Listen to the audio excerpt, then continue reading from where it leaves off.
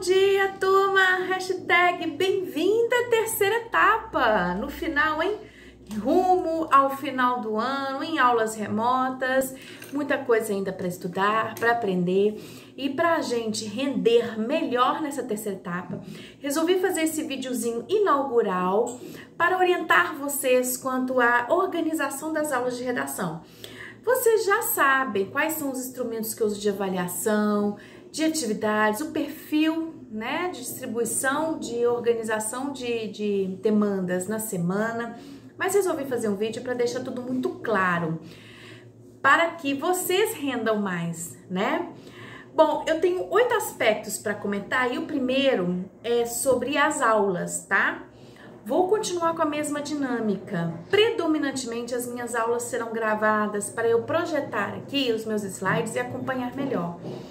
Eu faço isso pelo celular e disponibilizo o link no YouTube, porque pelo meu computador não tem como eu gravar essa aula e ao mesmo tempo estar na tela. E quando eu dou aula que é pelo celular, porque a qualidade é melhor do que do meu computador, não tem como fazer apresentação de tela e nem gravar aula, né? Tanto que eu peço para vocês ajuda para gravar aula, para disponibilizar. Então, vou continuar com a mesma dinâmica, predominantemente gravando as aulas e disponibilizando para vocês.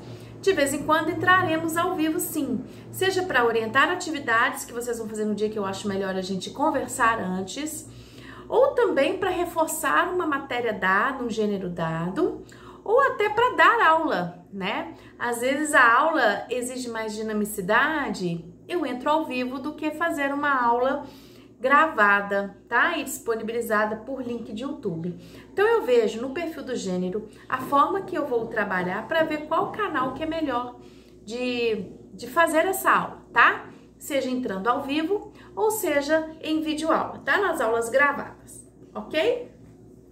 Lembrando que em todos os momentos, seja em aula gravada ou a aula ao vivo, eu estarei online dando suporte para vocês, tá? Em relação a dúvidas ou um suporte de uma atividade, tá? Esclarecimentos. Então, eu estarei online. Às vezes um aluno faz um comentário, posso demorar até um pouco, com certeza eu estou atendendo um outro num comentário particular ou resolvendo alguma questão específica demandada, tá? Mas estou online, aguarde que eu vou resolver, tá bom? O segundo ponto é a pergunta investigativa, né, que vocês já estão em costume de fazer. Ela é um instrumento de avaliação importante para mim, porque é um registro da presença nas aulas. Eu preciso de um registro.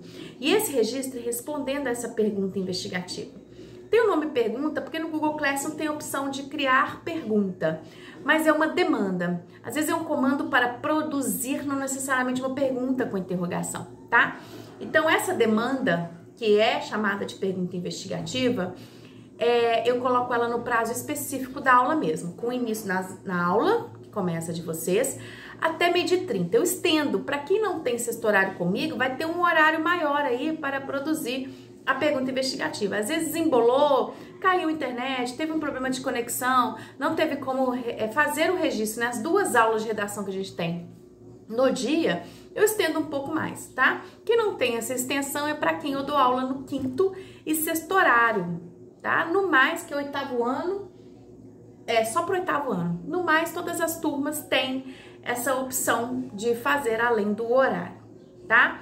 Mas só serei taxativa, gente, até meio-dia e 30. Especificamente para pergunta investigativa, é até meio-dia e 30, porque é um registro da aula remota, tá? É o que acontece durante a aula virtual. Eu preciso ter esse controle de frequência e atividade de vocês nas aulas de redação, tá?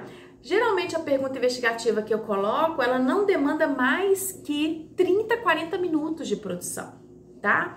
Contando com o vídeo que tem que assistir, né? Revisão de texto antes de enviar, não passa desse tempo. Então dá para fazer com muita calma, sem problema nenhum. Não existe atribulação de atividade, porque a pergunta investigativa, ela estende, tá? Dá para fazer sim em uma aula, gasta menos que 50 minutos para fazer, tá bom? E eu queria que vocês elaborassem melhor as respostas às perguntas investigativas. Tem alunos que fazem respostas muito pontuais, sendo que eu exijo para explicar, justificar, produzir um parágrafo. Então, gente, atendam ao comando pedido, tá? É desenvolver resposta mesmo. Poxa, disciplina é redação, então eu quero que vocês produzam, tá? Então eu preciso de desenvolvimento de respostas, tá bom? Revisem antes de enviar, vocês mesmos podem garimpar os errinhos de português e corrigir, né? As pontuações negativas serão menores, porque às vezes eu tiro 1 décimo, 2, 3, né? Isso na soma de várias perguntas investigativas na etapa dá diferença, né? Vou numerar em algarismo romanos 1, 2, 3, 4, 5. Então, se for 10, 12, 15, eu vou colocar de forma representativa, simbólica, um ponto.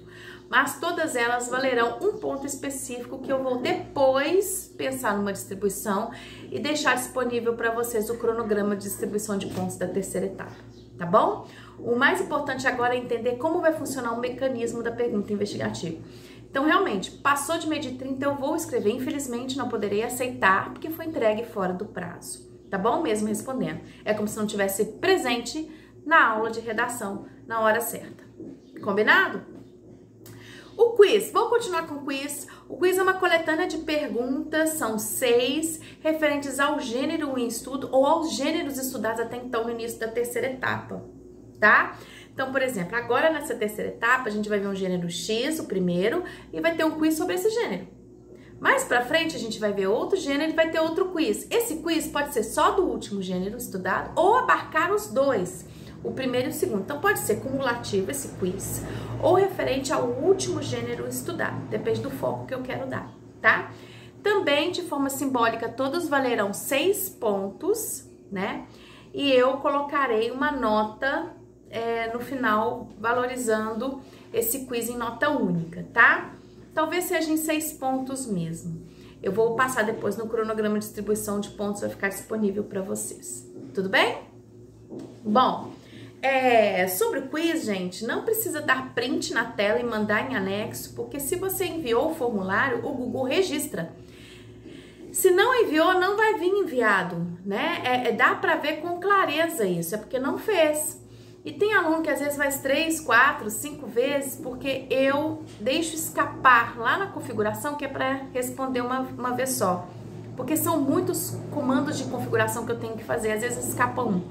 Se esse escapa, o aluno tem como fazer de novo, só que não vai valer, porque o Google registra o formulário enviado mais cedo. Então é o primeiro formulário enviado que tá valendo. Então tem aluno que fala assim, eu tirei total no quiz, aí manda o print 6, mas eu vou ver lá no Google Classroom, na parte do formulário que o Google registrou, o primeiro enviado tirou 3 ou 4, né? O aluno que tentou burlar o sistema, fazer de novo e falar que tirou total. Então, quando eu esquecer de apertar esse comando, eu vou prestar muita atenção nisso, né? Serão mais quizzes que poderão ser enviados, mas não adianta que o Google valida o primeiro enviado, tá bom? Vou continuar com as atividades complementares TPC e atividades complementares em sala de aula. Então pode ser que eu peça uma atividade para fazer naquele momento na sala de aula para vocês postarem para mim e enviar até o horário específico, tá? Isso é uma atividade da aula que eu penso e planejo para dar conta para fazer em 50 minutos. A gente tem 2 aulas. Uma eu dedico à pergunta investigativa, a outra para uma atividade complementar ou aula, tá? Então eu organizo dessa forma. O DPC é o prazo sempre de uma semana, na semana seguinte para postar. Então, gente, é uma semana de prazo, né? Para redação não tem desculpa de falar. No dia da aula, né, fala assim, professora, me dá mais prazo para eu fazer atividade. Ontem eu saí, mas não foi ontem que eu dei para casa, há uma semana. Então, se organizem melhor para não furar no DPC, tá? Então, vai ter uma pontuação específica para atividades complementares. Quando tiver escrito só atividades complementares, é uma atividade que eu vou dar em sala de aula. Atividades complementares DPC vai ter um prazo melhor para vocês, porque vai estender uma semana que é para a aula seguinte, tá bom? Especificamente na segunda etapa eu deixei vocês colocarem as atividades complementares em dia, seja de sala de aula ou DPC, valendo o mesmo ponto. O que não quer dizer que isso vai acontecer na terceira etapa, tá, gente? Então, Então, assim, tenham organização, tenham compromisso, que é como se vocês estivessem na sala de aula, nas aulas físicas. Se vocês não entregarem uma atividade na aula física, não vai poder ser aceito depois. Não entregou, é a mesma lógica, tá bom? Sobre comentários, tem muitos alunos que reclamam que eu não consigo responder ou não respondo aos comentários.